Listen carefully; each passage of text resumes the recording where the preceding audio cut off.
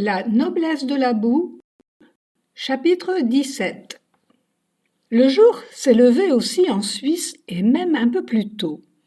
Le Soleil n'étant pas concerné par ce tumulte planétaire a décidé d'apparaître cette fois encore à l'est en premier lieu. Les oiseaux dorment encore quand un gardien appelle JB. Il a eu bien des difficultés à s'endormir. Ce gros dormeur a le sentiment ce matin de ne pas avoir son compte de sommeil. Ses souvenirs émergent par fragments, des flashs plus sombres les uns que les autres. Allez savoir pourquoi, le fil de ses pensées l'amène à sa mère, Rosette. Avant même d'avoir posé le pied à terre, comme touché par la grâce, le garçon éprouve soudain le besoin physique de retrouver maman. Depuis sa tendre enfance, il n'a plus ressenti cette nécessité. Bien qu'il soit certain de se faire copieusement remonter les bretelles, il sait également qu'il peut compter sur elle. Rosette trouvera une solution. JB prend le temps de déjeuner et de se laver. Il trouvera ensuite sur sa chaise ses chaussures, sa ceinture, sa montre, ainsi que ses clés de voiture. Bien avant le délai annoncé, un agent de la BICT pénètre dans sa cellule, brandissant du bout des doigts le fameux laissez-passer qui a justifié sa dernière nuit au trou. Il lui remettra également un deuxième portrait robot du boucher, retouché pendant la nuit, comme pour souligner l'avertissement de la veille. Il s'abstiendra cependant de commentaires. Voici donc notre JB quasiment expulsé de cet endroit confortable qu'il avait même fini par trouver douillet. À contre-cœur, il serre la main des gardiens pour lesquels il ressent maintenant presque de la sympathie. Qu'importe aux autorités qu'ils soient torturés de remords rongés et de désespoir. Monsieur Benétard est prié de foncer jusqu'à la frontière et de rentrer chez lui. Le bonheur décidément tient à peu de choses. S'il avait eu ne serait-ce qu'une seule des statuettes, il aurait été le plus heureux des hommes. Son retour aurait alors été glorieux. Après avoir empoché le solde de son dû, il aurait vécu grand train pendant un bon moment, diffusant avec largesse le fruit de ses efforts. Peut-être aurait-il fait un cadeau à Sonia, comme ça, juste pour voir. Seulement voilà, c'était sans compter sur l'intervention de cette autre nana. Comment un grand garçon comme lui, côtoyant les vrais durs, a-t-il pu se faire avoir aussi facilement? Il n'en finit pas de se morfondre.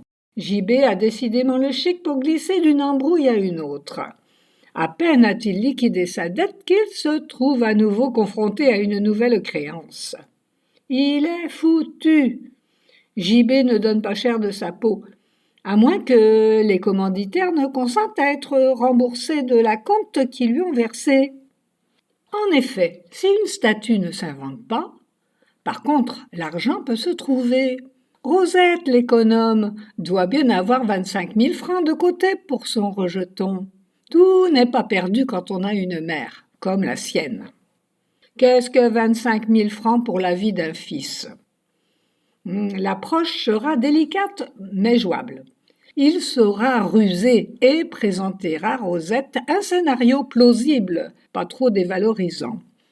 Il ne lui restera ensuite qu'à convaincre les copains de Michel d'être remboursés sans pénalité de leur acompte.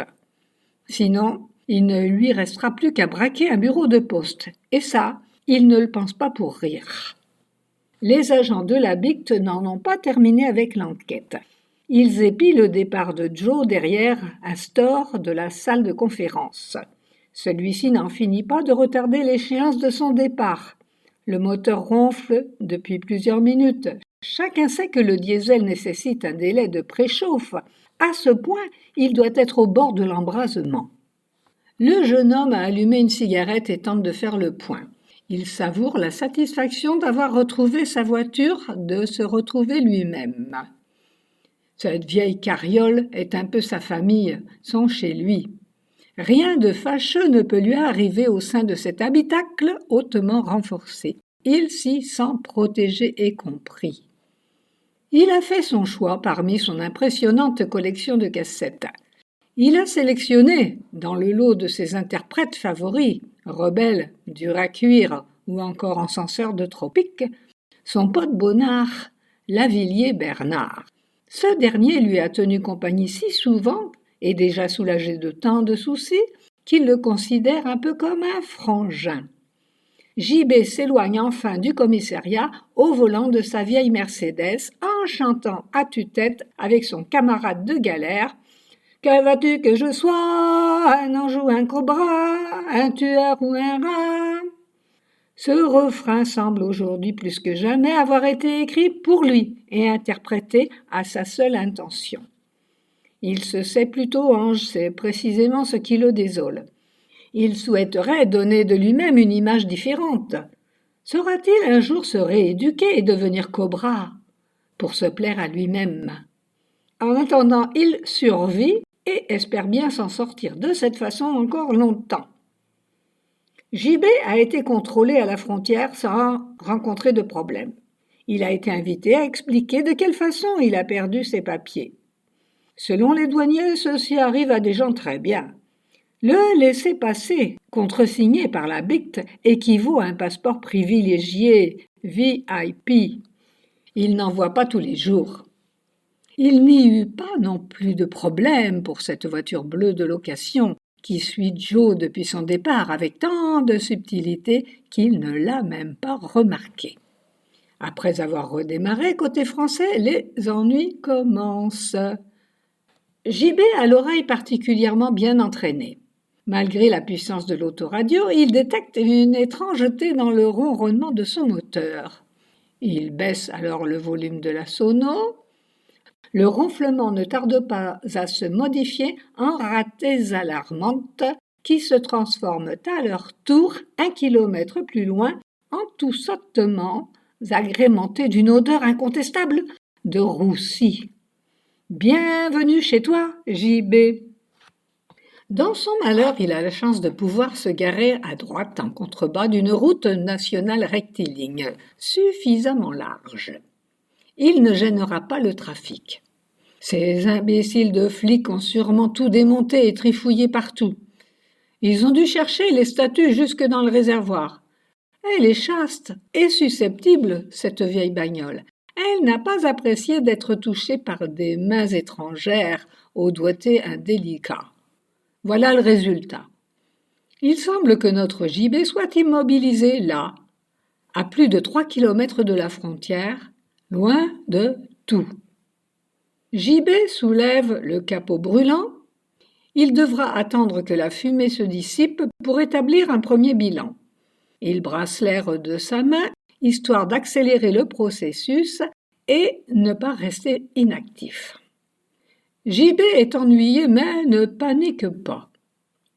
Étant expert en mécanique, il connaît chaque pièce de sa voiture pour les avoir toutes démontées et souvent même remplacées. Il devrait donc être en mesure de gérer la situation à peu de frais. Cette réflexion serait évidemment valable dans un garage avec du matériel, son réseau de potes et un minimum de pognon en poche. Il est évident qu'au milieu de nulle part, les choses peuvent être différentes. C'est précisément le cas. Il faut se rendre à l'évidence, le second constat est au moins aussi pessimiste que le premier. Joe va devoir se résoudre à abandonner là sa Mercedes au bon soin de son copain Bonnard. Il décide de laisser également derrière lui ses autres préoccupations qui feraient surcharge. Une chose à la fois et pour commencer, une cigarette. Lui qui venait de se réfugier dans l'espoir de s'en sortir en retrouvant sa mère est confronté à une nouvelle contrariété. Le ciel est bas, son moral au ras des pâquerettes. Le tableau est plutôt sombre.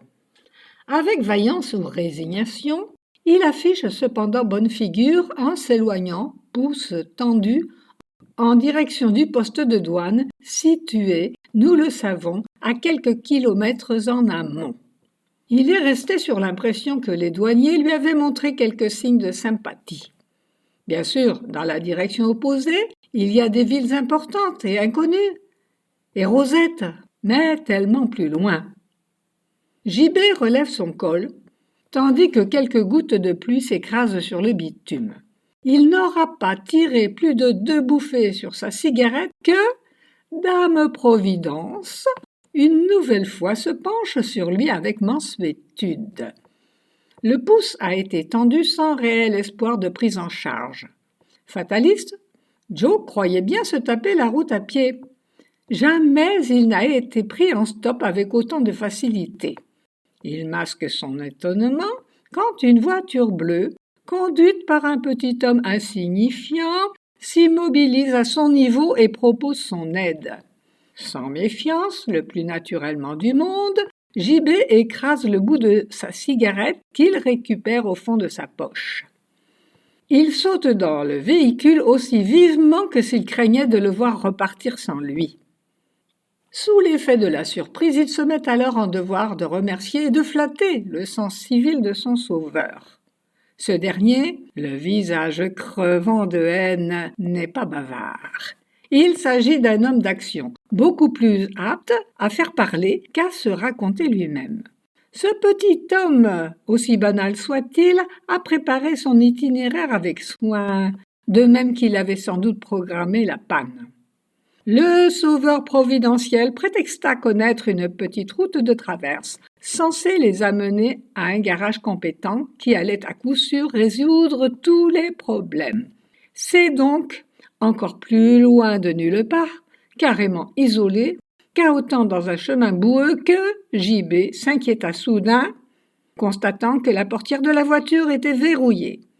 Il se souvint alors seulement de la mise en garde des agents de la BICT, qui résonne soudain à ses oreilles comme une menace effective. Cet homme n'a ni visage, ni empreinte digitale, ni identité. Vous l'avez certainement compris, JB est en mauvaise posture. Refusant de faire face à sa stupidité, il n'ose tourner la tête vers son ravisseur. Il lui adresse un regard rapide et oblique de son œil incrédule. Ce charmant monsieur si prompt à rendre service, qui lui a si spontanément proposé son aide, n'est autre que le boucher, en personne, tout droit sorti, rien que pour lui, d'un conte fantastiquement sinistre. Un véritable cauchemar. Pire encore que les articles du magazine Détective, souvent parcourus chez sa mère. La voiture roule encore à basse vitesse dans les chaos du chemin devenu plus étroit encore. JB s'est soudain tu. Il ferme aussi les yeux. Il revoit le portrait robot et le compare à ce que sa mémoire photographique a enregistré de son sauveur. Il s'agit d'un homme de petite corpulence, au visage pointu, au teint cireux et aux yeux rapprochés et luisants d'une dureté intense extrême. JB saurait en faire la description pour peu qu'il en ait un jour le loisir. La voiture s'est immobilisée sans pour autant soulager le malaise de notre ami. Il a comme une envie de vomir qu'il sait maintenant ne pas devoir aux secousses du véhicule. Joe rouvre courageusement les yeux et affronte son kidnappeur. Ce dernier, fidèle à sa réputation, a entre-temps fait apparaître un large couteau du genre sérieux, dont la lame est dotée d'une encoche singulière du côté de la garde. Avec un sourire cruel, le boucher questionne d'une voix doucereuse notre JB figé de terreur. Celui-ci sait que s'il ne parle pas, il sera égorgé de la même manière que le Pouffine. S'il parle, au contraire, il pourrait connaître le soulagement de périr d'une balle dans la tête. Quant aux copains de Michel, il ignore encore quelles sont leurs méthodes. Peut-être lui briseront-ils les 2 jambes avant de l'abattre. Même quand tout est perdu, il reste toujours des choix à faire. Maintenant, avec une éloquence insoupçonnée, il parle, raconte et déblatère, accablant cette fille, dont personne ne s'est méfié, et qui a su arriver à ses fins sans tracasserie, elle. Il suppose, analyse et développe avec aisance. Joe anticipe même les questions qu'il connaît par cœur pour avoir subi il y a très peu de temps l'assaut de l'interrogatoire de la bite. Il coopère, espérant ainsi séduire son tortionnaire et alléger sa peine. Raconter une fois de plus lui coûte guère. Une musique nouvelle se dégage de ces paroles qui sont pourtant les mêmes, mais sonnent différemment, fluides et sans accroc. Il s'écoute d'une oreille neuve. Fini la lassitude de ce récit stérile. Il savoure maintenant ce qui est une plaidoirie. Il va même jusqu'à prétendre comprendre le boucher. S'il était lui-même tueur professionnel, Joe n'apprécierait pas vraiment d'être vu ni reconnu. La transition est aisée. Il enchaîne alors tout naturellement en jurant, croix de bois, croix de fer, de ne jamais donner son signalement. Il peut mentir pour brouiller les pistes et éloigner les soupçons, devenir un associé précieux. Il peut aussi, bien sûr, aider à retrouver cette Dominique, car n'est-il pas celui qui la connaît le mieux? Tant d'arguments et de bonne volonté ne semblent pas émouvoir le tueur, qui ne cesse de faire tourner son poignard, d'en admirer les reflets. JB est alors prêt à se dessaisir de tous ses biens terrestres, c'est-à-dire sa caisse pourrie et fumante, ainsi que l'ensemble de sa collection de cassettes enregistrées par ses soins. Il aura tout tenté pour échapper à la mort. Désespéré, lassé et conscient de son impuissance à modifier le cours de son destin, il ferme les yeux pour voir apparaître l'écran noir où sa vie entière va défiler comme il se doit avant le grand départ. Sans aucune résistance, enfin, comme l'agneau sacrifié, JB tend son cou. À cet instant, le boucher, lassé de toutes ces jérémiades, se tourne vers sa victime, cherchant son aise pour appliquer la sentence et faire découvrir à ce pauvre bougre sa méthode exclusive. La suite se déroule si rapidement, de façon si déconcertante, que ni l'un ni l'autre ne réalisera. Les yeux fermés, JB ne saurait dire comment les choses se sont réellement déroulées. Il a entendu un grand éclat de verre et s'est senti, au même moment, tiré par les épaules, jusqu'à ce qu'il soit totalement extirpé du véhicule. Comme les compagnons de Robin des Bois, une nuée d'agents de la BICT, en collants et cagoules, ont surgi des fourrés et sont tombés des arbres. L'espace d'un instant, JB les confond avec les anges de l'enfer et résiste, presque. Puis son délire de rescapé l'amène à se croire filmé pour une émission de caméra cachée. Il est choqué, physiquement et mentalement. Enroulé maintenant dans une couverture, assis dans l'herbe, puisqu'ayant refusé de s'y allonger, il va se remettre lentement de ses émotions. Joe assiste à la capture difficile du boucher. Celui-ci, se voyant pris en flagrant délit, tente en vain de s'auto-mutiler avec son arme spéciale. Désespéré, il pousse alors un cri effroyable, comme le rugissement d'une bête sauvage. Avec ce qui lui reste de souffle, il profère ensuite les pires injures en s'adressant au ciel, dans le langage sulfureux des démons. Les agents de la BICT ne cachent pas leur satisfaction, ils ont fait du bon travail. Le boucher leur appartient. Il est maintenant ligoté comme un saucisson, ce qui ne l'empêche pas de jeter un regard terrifiant, chargé de malveillance, comme un avertissement adressé à Joe. Hélas pour lui, celui-ci a eu le mauvais réflexe de soutenir ce regard et restera longtemps tourmenté. Sachant leur proie particulièrement habile, les agents lui feront une injection pour le neutraliser définitivement et anesthésier du même coup sa méchanceté. JB accepte sans comprendre les compliments de la BICT, tout comme il a accepté le regard désobligeant du meurtrier et tout le reste. Il est trop secoué et fatigué pour mesurer l'ampleur de la menace à laquelle il vient d'échapper. Enveloppé dans une couverture grise, il ressemble à une chrysalide en phase de métamorphose. Vulnérable et inquiet, JB ne partage pas l'enthousiasme général. Il ne voit pas comment tout ceci va résoudre ses problèmes. Il est débarrassé du boucher? Soit. Mais ce n'était pas son premier souci. Sa voiture est toujours immobilisée et il n'a toujours pas de statut à rapporter. Il fait la tête et se dit que, Cette fille a décidément toutes les veines. Il a le sentiment d'avoir été manipulé. Chacun cherche ses intérêts sans se préoccuper de lui. Les agents spéciaux auraient tout de même pu lui dire qu'ils avaient caché un émetteur à l'intérieur de sa montre, qu'il allait être suivi sur un écran, que tout un dispositif allait être mis en place pour sa protection. Dès qu'ils ont su la Barmette sauvée et en sécurité dans leur mur, ils ont également compris qu'elle n'avait pas été pistée par le boucher. Ce dernier aurait eu 1000 occasions de n'en faire qu'une bouchée. Par simple déduction, le tueur rôdait donc encore dans les environs. Il ne restait plus qu'à le piéger et l'arrêter en flagrant délit. JB eut la satisfaction de voir sa voiture remorquée sur une dépanneuse, alors qu'il la dépassait sur la route nationale. Ceci contribua à lui remonter le moral.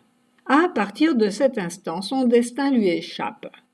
Il en est conscient, il est pris en charge et voyagera en voiture blindée, dans de meilleures conditions que le boucher, certes, mais tout aussi bien escorté, protégé contre lui-même cette fois. Le choc ayant été extrêmement traumatisant, il n'en est d'ailleurs pas tout à fait remis quand, quelques heures plus tard, il retrouve sa mère et Dominique au 684 rue du Grand Empereur. Les retrouvailles mère-fils sont bouleversantes. En revanche, JB adresse à la jeune fille un regard chargé de reproches.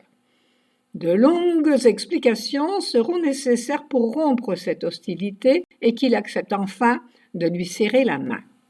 Cette affaire ne fera pas la une des journaux. Tous les trois seront pourtant félicités par le chef de l'État en personne et les représentants des ministères de la Défense, de l'Économie et de la Santé. Nos trois héros devront chacun leur tour jurer solennellement le secret. Ils se verront attribuer une pension confortable à vie. Cette espérance de vie sera d'ailleurs considérablement écourtée dès qu'ils auront signé le contrat qui va désormais les lier à l'organisation. À savoir qu'ils devront être joignables à chaque instant et disponibles pour tout appel de mission. Ce détail n'altérera cependant pas la bonne humeur. Le champagne coule à flot, tandis que Dominique est contente tout simplement. Elle a obtenu que l'on modifie officiellement son patronyme. Sa suggestion pour Lady Anna n'a pas été retenue. On lui a accordé de changer seulement une lettre de son nom et répondra désormais au nom de Dominique Chevirot.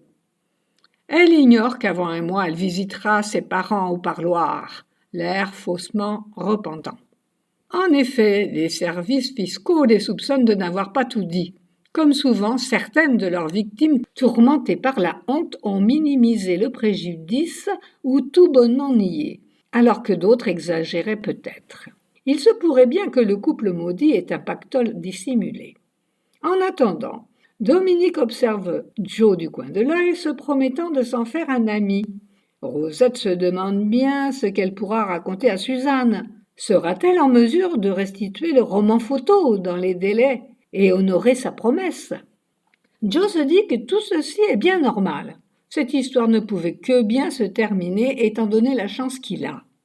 Les ancêtres de Madame David étaient espions de père en fils depuis l'épopée napoléonienne. Christopher et son épouse ont voulu faire mieux que leurs aïeux et jouer double jeu. Lady Anna a cru à son tour pouvoir gérer seule un troisième réseau. Tout ceci s'est alors écroulé de la façon que vous connaissez. Quant à Joël Benétard, seul le hasard et le mauvais choix de ses fréquentations ont été les causes de son aventure.